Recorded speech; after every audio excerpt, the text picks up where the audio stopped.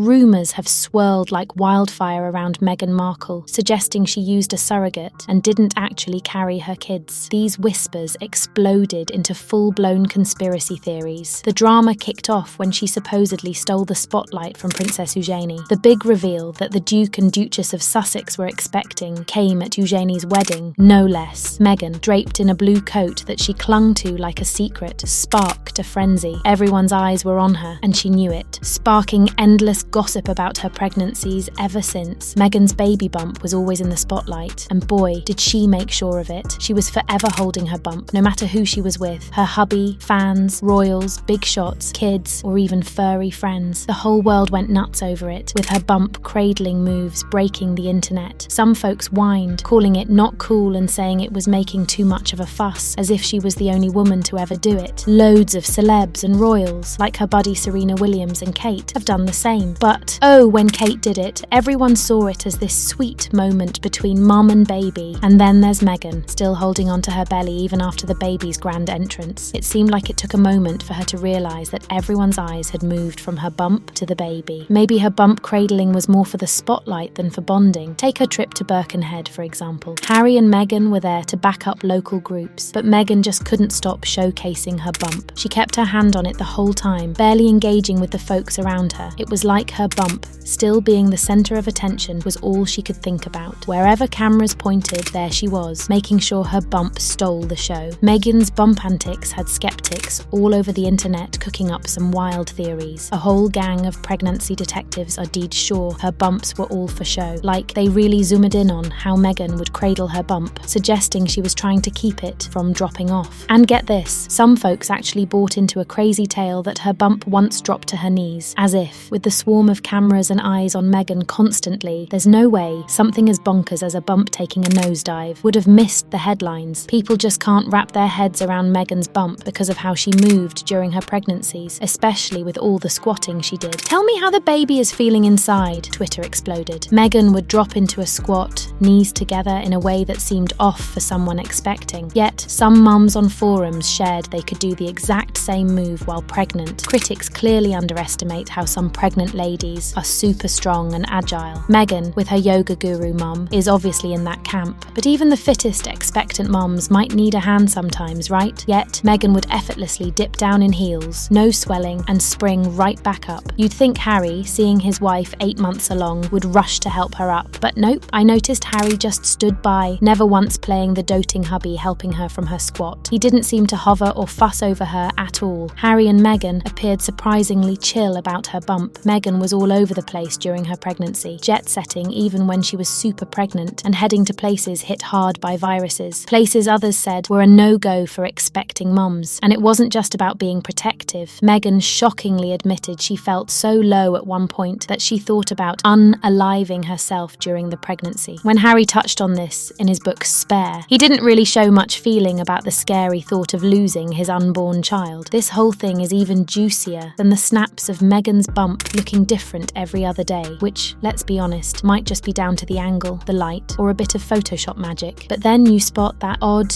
squarish bump and can't help but wonder, is that some kind of padding? Maybe Meghan wanted to amp up the size of her bump, given she's naturally on the slender side. Though some chatter says she didn't gain much weight, that's not quite right. Meghan, with her slim build, definitely looked fuller during her pregnancies. Then there's Kate, somehow looking picture perfect and stepping out for photo ops right after giving birth. Keira Knightley hit the nail on the head with her essay about the crazy pressure to look flawless right after popping out of the hospital, makeup on point and heels clicking. And Meghan, sure, she was all dolled up and glowing, but she also had that real deal I just had a baby look on her face. She totally nailed the just given birth vibe. Still, the doubters wouldn't quit. They blamed her post-birth puffiness on anything they could think of, from Botox mishaps to hormone treatments. Meghan possibly going the IVF route wouldn't be a shocker. It's a method that can cause bloating after all. Given her age, some might be taken aback by how quickly she got pregnant, but hey, it's pretty normal these days. She could have used eggs she had frozen earlier. Yep, she had those eggs on ice, ready for a future baby plan. Meghan even jetted back to secure her frozen eggs, and just when you thought the surrogate whispers would quiet down, they flared up even more post-royal baby announcement. Talk about a plot twist. A timing mix-up made folks raise their eyebrows. Plus, a quickly vanished tweet from the palace mentioning a surrogate surrogate. Total fake news, but boy did it stir the pot. The pregnancy conspiracy theorists, including Samantha Markle, just can't let go of the surrogacy gossip. Even though Queen Elizabeth ditched the old-school pregnancy checkups, it's nuts to think the royal family and their crew wouldn't catch on if a surrogate was in the picture. Plus, there's this royal rule about the succession line not really vibing with surrogacy. Archie and Lilibet being in line for the crown pretty much seals the deal that they were carried by Meghan. Yet those truthers, they're bending over backwards trying to make their theory work, demanding more proof, especially the kind that comes with a doctor's signature, the sort that's missing from what they've seen so far. Royal baby arrivals usually come with their own kind of fanfare, but Meghan flipped the script. She ditched the traditional royal baby parade and even picked her own hospital and doctor. Nope, she wasn't about to have a bunch of suited up royal docs at her delivery. And talk about shaking things up, her photo call was out there. For baby number 2, Meghan went full incognito mode with a heavy-duty security squad miles away from the royal eyes. That's got folks convinced she really did give birth to Archie herself, but they're throwing side eyes about Lilibet. The secrecy dialed up the mystery and the gossip. In Spare, Harry spills the tea on the arrival of his kiddos. He gets into the nitty-gritty of Archie's entrance, mentioning Meghan's pre-birth rituals like bouncing on a ball. But when it's Lilibet's turn in the story, he skips the details on Meghan's pregnancy quirks. Even though Meghan had her UK doc coaching her over the phone during Lilibet's birth, her go-to O'Bgwen mysteriously closed up shop not long after. Cue the conspiracy crowd. They're all over this, convinced it's got to be tied to Meghan and some surrogacy secrets. People think Meghan's a total genius when it comes to grabbing headlines, even wondering if she outdid Beyoncé's pregnancy reveal in the buzz department. I mean, could Meghan really have plotted the whole thing, especially since she's known for life mimicking her roles? She once shared the screen with a co-star rocking a faux bump, sparking rumours that she might have taken a page out of her own script for her pregnancy reveals. And get this, she dropped the news of her second pregnancy on Valentine's Day, exactly when Princess Diana's was announced years ago. Coincidence or master plan? Meghan's shocking confession about feeling suicidal during her pregnancy echoed what Diana had bravely shared years before. Adding to the intrigue, the birth dates of Meghan's kids just so happen to match those of George Clooney and Angelina Jolie. How's that for a twist? Especially since Meghan once idolised Jolie's style and even made sure George Clooney scored an invite to her wedding. Let's not forget Amal Clooney, who threw Meghan a lavish baby shower, stirring up some royalist critics for breaking the mould of royal pregnancy traditions. Meghan opened up about the tough criticism she faced while expecting, which took a heavy toll on her. Despite her openness, Meghan has stayed mum about her birth stories and hasn't used her Netflix spotlight to squash any pregnancy rumours. If anything, her documentary series just threw more fuel on the speculative fire. It almost feels like Meghan's playing a giant game of Troll the Globe, but let's be real, she was bound to get the microscope treatment over her pregnancies, just like Kate and every other celeb mom out there. The internet's got this thing about questioning famous pregnancies, as Wired points out. Without solid info, conspiracies just bloom and everything gets eyed with doubt. It seems like nothing less than live birth footage would calm the skeptics, and even that's a maybe. But hey, loads of people were genuinely thrilled about the royal newcomers, never casting a shadow of doubt on Meghan's experiences. And to everyone sending good vibes and kindness their way, it's deeply appreciated.